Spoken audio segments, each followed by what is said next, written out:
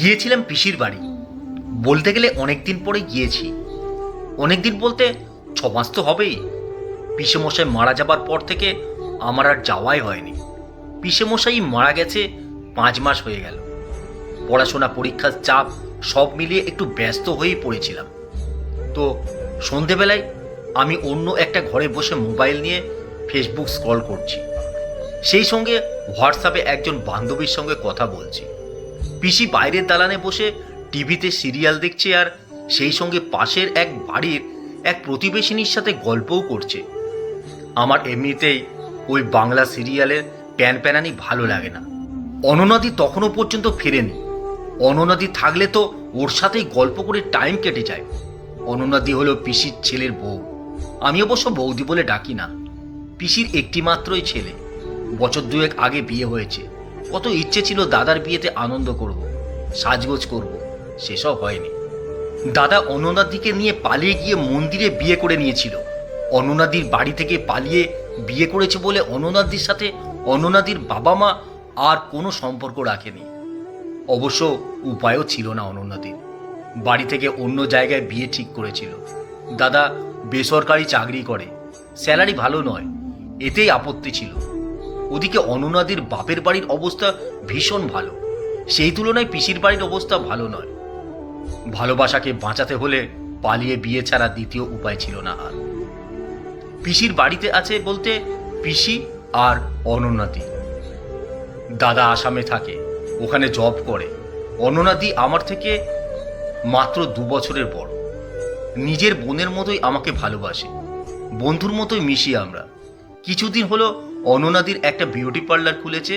Beauty parlour থেকে ফিরতে ফিরতে 8টা সাড়ে 8টা বেজেই যায়।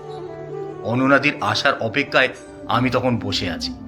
এদিকে পিসির সাথে ওই প্রতিবেশিনী কথা বলে যাচ্ছে, আমি ঘর থেকে শুনতে পাচ্ছি।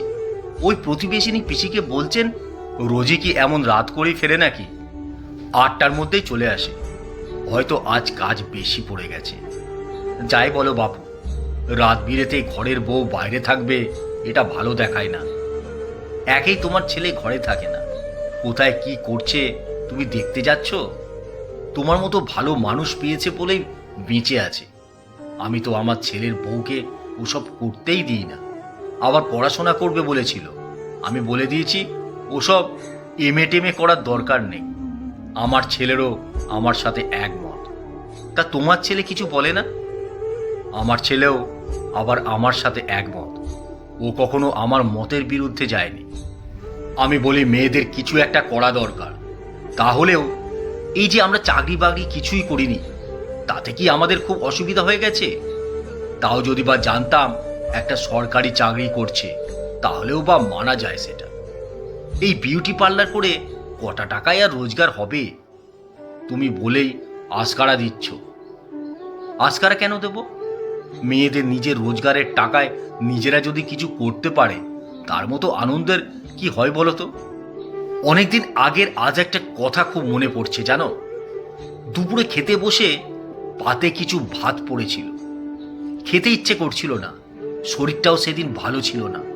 আমার শাশুড়ি মুখের ওপর বলে দিল, নিজেকে তো রোজগার করতে হয় না, রোজগার করলে বুঝতে নষ্ট করার মূল্যটা।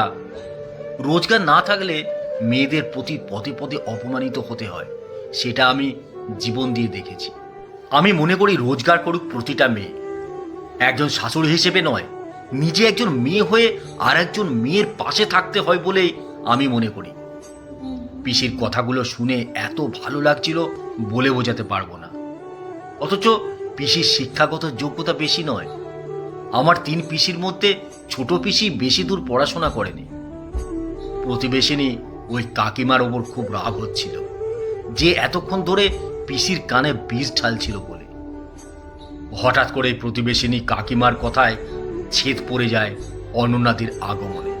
অননাদির গলা শুনে বেরিয়ে আসি ঘর থেকে। আমাকে দেখেই হাসি মুখে বলে উঠল, রুমকি, তোর জন্যই তাড়াহুড়ো করে আসছি, এই ব্যাগ দুটো ধর তো একটু। কি আছে এত সব? দাঁড়া দাঁড়া, সব বলছি। প্রতিবেশিনী কাকিমা আর পিসি দুজনে বসে আছে। টিভি সাউন্ড তখন মিউট করে দিয়েছে ওই কাকিমা নিজেই। আমার হাত থেকে একটা ব্যাগ টেনে নিয়ে অননাদি একটা প্যাকেট বের করে, প্যাকেট থেকে শাড়িটা বের করে পিসির গায়ে জড়িয়ে দিয়ে বলে, দেখো তো মা, তোমার পছন্দ হলো কি না? আমার জন্য কেন শাড়ি নিয়ে এলি আবার? কি যে বলো না মা, কাল মাদার্স ডে। তুমি তো আমার জন্য কত কি করো, আমি তোমার জন্য এইটুকু তো করতেই পারি।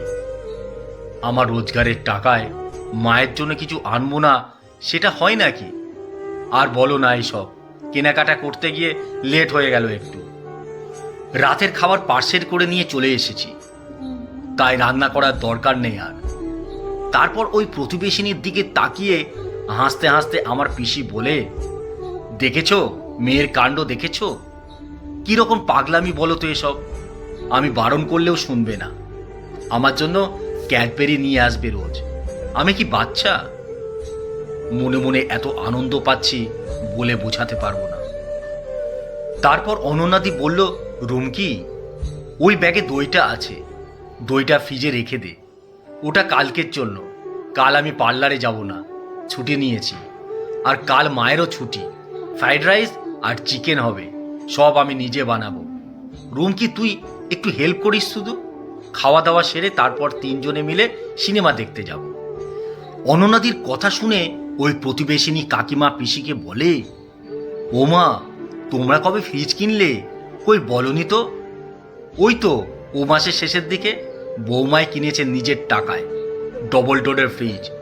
পিসির কথা শুনে ওনার মুখে বলার মতো ভাষা নেই আর। যে মোটিভ নিয়ে কথা বলেছিলেন সেই সব যেন কোথায় হারিয়ে গেল। প্রতিবেশিনী ওই কাকিমা বাড়ি যাওয়ার জন্য উঠে দাঁড়ায়। পিসি আরও একটু বসতে বললে ওনার বসার ইচ্ছে থাকে না আর। কি জানি ওনার মনটা খারাপ হয়ে গিয়েছিল হয়তো। কথার জবাব সবসময় কথা দিয়ে হয় না, কাজের মধ্যে দিয়েই বুঝিয়ে দিতে হয়। কাউকে ছোট করতে নেই কখনো। নিজে বড় হয়ে গেলে অপর দিকের মানুষটাই এমনিতেই ছোট হয়ে যায়। মনে মনে ভাবছিলাম, এই পৃথিবীতে ভেঙে দেবার মানুষের অভাব নেই। তাই আজকের দিনে দাঁড়িয়ে মেয়েদের স্বাবলম্বী হওয়াটাও ভীষণ প্রয়োজন। তাহলেই প্রতিটা মেয়ে হয়ে উঠবে অনন্যা।